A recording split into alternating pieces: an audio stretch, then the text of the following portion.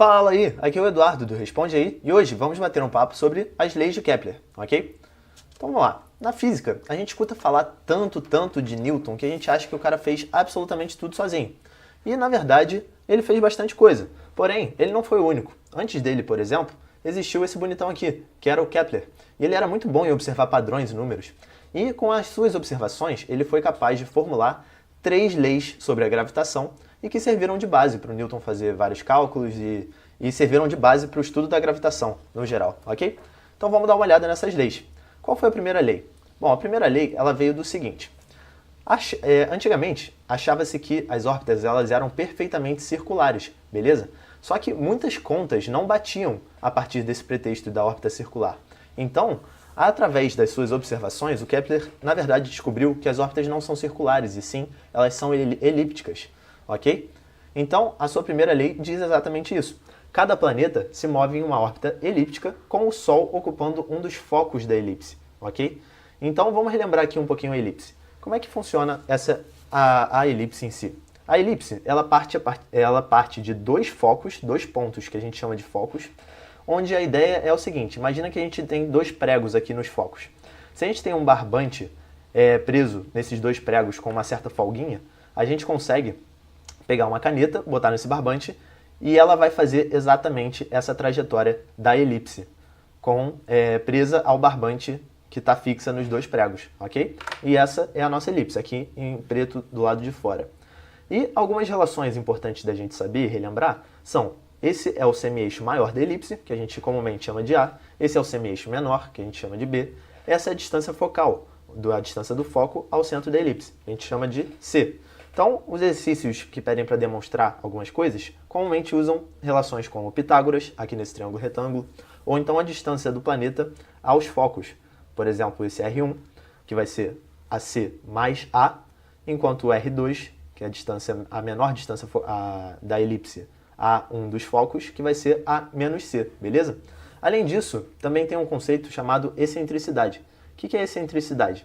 Ela mostra o quão ovalada ou o quão circular está a nossa elipse. Então, se a gente tem C sobre A, quanto maior for o nosso C, mais ovalada vai ser a nossa elipse e maior vai ser a nossa excentricidade. Enquanto esse C for menor, esses focos eles vão estar cada vez mais próximos do centro. E uma vez que o C for 0, a gente tem um círculo perfeito. Então, uma excentricidade menor, ela nos dá uma elipse cada vez mais próxima de um círculo, de uma circunferência, ok? Então, vamos à nossa segunda lei de Kepler. O que diz a nossa segunda lei de Kepler? Ela é a lei das áreas, e ela diz que a linha que liga o Sol a um planeta varre áreas iguais em tempos iguais. Como é que funciona isso? A gente tem o seguinte, imagina que esse planeta aqui, ele percorre esse trecho em um determinado intervalo de tempo ΔT. E no mesmo intervalo de tempo, ele percorre esse trecho L2. E a lei diz o seguinte, se o intervalo de tempo é igual, as áreas em vermelho aqui, as áreas varridas por essa linha que liga o planeta ao Sol, elas também vão ser iguais, beleza? Então a gente ainda pode fazer algumas observações sobre isso. Tá vendo aqui que esse comprimento L1 ele é bem maior do que esse comprimento L2, porque ele está mais próximo ao Sol? Então, para ele percorrer esse comprimento maior no mesmo intervalo de tempo que ele percorre esse L2, ele vai ter que percorrer esse trecho com uma velocidade maior. Então a velocidade que ele tem nesse trecho é bem maior do que a velocidade aqui em 2, ok? Além disso, a gente tem as seguintes nomenclaturas que a gente às vezes precisa saber. Periélio e afélio. O que são eles? O periélio ele é o ponto mais perto do Sol, mais próximo da trajetória elíptica ao Sol, enquanto o afélio é o mais longe, ok? Pensa comigo, perto, periélio, e afastado, afélio. É assim que é bom de a gente lembrar, tá bom? Além disso, mas é meio esquisito, né? Como é que ele sempre vai varrer áreas iguais em tempos iguais? Então, a gente consegue demonstrar isso a partir de uma certa continha de áreas. E também usando o princípio de que, se não há ação de forças externas, a gente tem a conservação do momento angular. Mas espera, como é que a gente relaciona essas coisas? A gente faz o seguinte. Imagina que o nosso planeta ele tem um deslocamento infinitesimal, certo? Ele vai percorrer um ângulo infinitesimal e... ele vai varrer um ângulo infinitesimal, enquanto ele vai ter um deslocamento infinitesimal, certo? A gente pode relacionar esses caras a partir dessa relação daqui, de que o dl ele vai ser o raio vezes a variação do ângulo, certo? E agora, como é que ele chegou nessa conclusão? Ele tentou escrever a variação da área. Então, como é que a gente tenta escrever essa área daqui? Ele aproximou essa área pela área de um triângulo, já que esse ângulo é muito pequenininho. Então, como é que fica a área de um triângulo? É base vezes altura sobre 2. Quem é a base?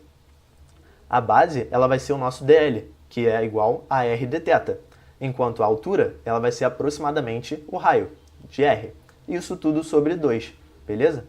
E aí, o que a gente pode fazer com isso? Se a gente dividir pelo dt, certo? Se a gente dividir pela variação do tempo, a gente tem que a variação da área que a variação da área no tempo ela é igual a r ao quadrado sobre 2 vezes dθ dt.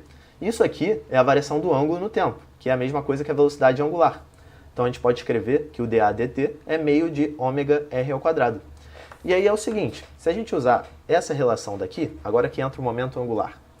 O momento angular ele é m ômega r ao quadrado, certo? E a gente aplicar isso aqui, a gente vai chegar que o dA dt ele é momento angular L sobre 2m. E aí pensa comigo, se esse m aqui é constante e o momento angular também é constante, a gente tem que a variação da área no tempo ela é uma constante. E por isso que a gente tem a segunda lei, de vai varrer áreas iguais em tempos iguais. Beleza? Então, continuando aqui, vamos à terceira lei de Kepler. O que diz a terceira lei de Kepler? Ela diz que os quadrados dos períodos orbitais dos planetas são proporcionais aos cubos dos semi-eixos maiores das elipses que formam suas órbitas. Então, o que ele quer dizer com isso? Parece um enunciado difícil, mas é bem simples. Basicamente, é isso daqui que a gente tem. Que o quadrado do período orbital, t, ele é proporcional ao cubo do semi-eixo maior. E isso aqui ele vai ser uma constante, independente de qual período e qual semi-eixo for, beleza? Então, dentro do sistema solar, onde ele fez essa constatação, a gente pode aplicar essa relação para qualquer planeta, que isso vai ser válido. A gente vai sempre achar o mesmo valor constante, ok? Então, mas ele fez isso, o Kepler, apenas observando números. Ele não conseguiu demonstrar isso matematicamente. E aí, depois, o nosso amigo Newton, ele conseguiu, a partir da observação de Kepler, demonstrar isso. E como é que ele fez? Ele comprovou a observação de Kepler a partir do período orbital. Lembra que a gente conseguia achar o período orbital a partir dessa expressão daqui? Período orbital igual a 2π raiz de r ao cubo sobre gm. E aí, se a gente elevar esses dois lados ao quadrado, a gente tem o seguinte, t ao quadrado igual a 4π ao quadrado vezes r ao cubo sobre gm. E aí, passando esse r ao cubo dividindo para cá, a gente chega aqui, exatamente a relação observada por Kepler é igual a 4π ao quadrado sobre gm, que isso tudo é um valor constante, já que a massa é sempre a massa da estrela, do Sol, beleza? Então, dentro de um sistema solar, por exemplo, a gente pode relacionar, escrever essa relação para planetas diferentes, por exemplo, a Terra e o Saturno, ok? Essa relação vai ser sempre válida. E, para terminar, uma última observação é que se você se deparar com essa medida daqui, essa unidade, que é a unidade astronômica, ela tem um valor não é um CPF, tá? Isso aqui é uma distância muito grande, que é exatamente esse número daqui. E isso é a distância do raio médio da Terra, beleza? Então é isso, galera. Esse vídeo te ajudou? Responde aí.